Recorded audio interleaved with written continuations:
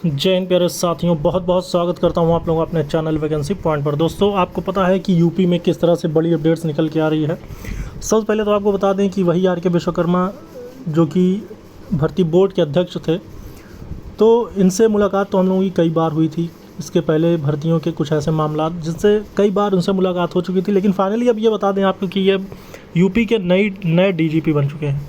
और वो भी पहले ये अनाउंसमेंट हुआ था कि ये कार्यवाहक डीजीपी रहेंगे, लेकिन अभी इनको फ़िलहाल तो परमानेंट कर दिया गया है। मतलब अब ये फ़िलहाल तो यूपी के नए डीजीपी के रूप में कार्यभार संभालेंगे। ठीक है, तो अब बात यह है कि भर्ती बोर्ड किस नए हाथों में जाएगा, मतलब कि भर्ती बोर्ड का जो अध्यक्ष होगा वो कौन होगा। इसके साथ साथ सबसे बड़ा मुद्दा जुड़ता है इसमें अभ्यर्थियों के रोजगार और उनके भविष्य को लेकर। इन सभी टॉपिक पर डिस्कस करेंगे बिल्कुल विस्तृत तरीके से, तो वीडियो के अंत तक बने रहिएगा। चैनल से जुड़े नहीं है तो चैनल को ज़रूर सब्सक्राइब कर लें, क्योंकि आपको पता है कि आपकी भर्ती से संबंधित जो भी अपडेट निकल के आती है वो सबसे पहले मिलती है वैकेंसी पॉइंट चैनल पर। दोस्तों, आपको बता दें कि जो भर्ती बोर्ड के अब नए अध्यक्ष होने वाले हैं, यानी कि जो नए डीजी भर्ती बोर्ड होने वाले हैं, वो आपके होंगे DK ठाकुर। इसके पहले ही ये चीज़ें तो थोड़ी सी तो चीज़ें रणनीतिक होती हैं।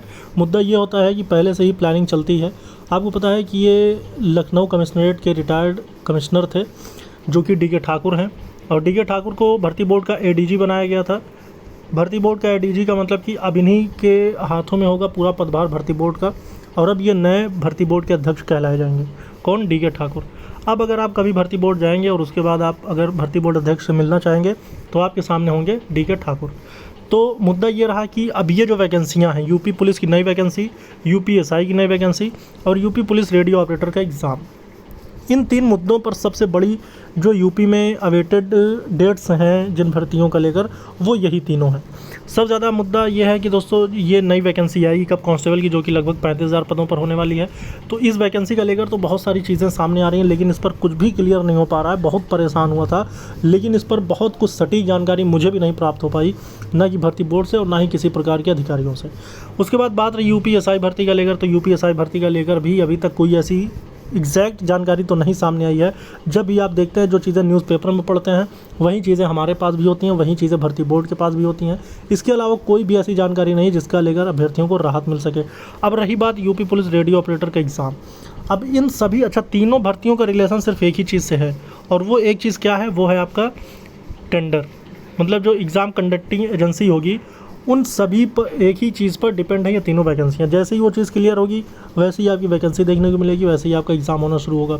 लेकिन कुछ चीज़ें सामने आ रही हैं जिसके चलते ये चीज़ कहना उचित होगा कि भर्ती बोर्ड अब खुद कोई ऐसी एजेंसी का चयन करेगा जो कि अभी तक एग्ज़ाम कराने में पूरी तरह से सफलता हासिल की है। इससे संबंधित मैं लगातार अपडेट लाने की कोशिश में फिराक में हूँ कि जैसे ही कोई अपडेट मुझे मिलेगी वो सबसे पहले मैं आप तक पहुँचाने की कोशिश करूँगा। इसीलिए मैं आपसे कहता रहता हूँ कि चैनल को ज़रूर सब्सक्राइब कर लें। लेकिन फाइनली ये चीज़ है कि एक्सपेक्टेड माना जा रहा है कि अप्रैल से मई के बीच में इस चीज़ को क्लियर कर लिया जाएगा और उसके बाद आपकी वैकेंसी भी आ जाएगी। लेकिन इससे पहले मैं आपको ये भी बताना चाहता हूँ, चाहे यूपी पुलिस की नई वैकेंसी हो, चाहे UPSI की नई वैकेंसी हो, चाहे रेडियो ऑपरेटर का एग्ज़ाम हो, इन सभी में सबसे बड़ा मुद्दा यह है कि इनका एग्ज़ाम, अगर आप एग्ज़ाम की बेहतर तैयारी नहीं करते हैं तो इस भर्ती को आप बिल्कुल पूरी तरह से इसमें से बाहर हो जाएंगे। और अगर आप बेहतर तैयारी करना चाहते हैं तो आप लोग मेरे चैनल को सब्सक्राइब करें।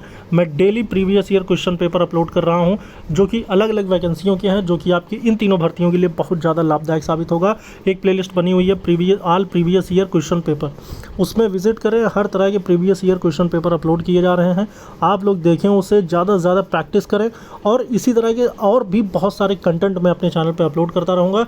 इसलिए मैं आपसे यही अपील करना चाहता हूँ कि आप लोग ज़्यादा से ज़्यादा सपोर्ट करें, वीडियोस को देखें, ताकि आपकी प्रैक्टिस लगातार होती रहे। और रिवीजन के लिए बहुत ज़्यादा इंपॉर्टेंट है जो कि प्रीवियस ईयर क्वेश्चन पेपर्स हैं।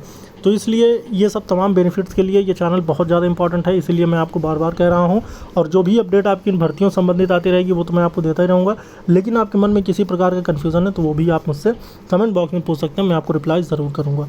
इन भर्तियों संबंधित जो अपडेट आती रहेगी वो मैं आपको देता रहूँगा। फिलहाल तो अभी नया थोड़ा सा इसमें चीज़ें चेंजेस आएंगी, थोड़ा सा परिवर्तन होगा, क्योंकि ये भर्ती बोर्ड के जो अध्यक्ष थे ये पूरी तरह से भर्ती बोर्ड से बाहर निकलकर अब ये जनरल वर्क देखेंगे, जो कि पूरे उत्तर प्रदेश का कार्यभार देखेंगे।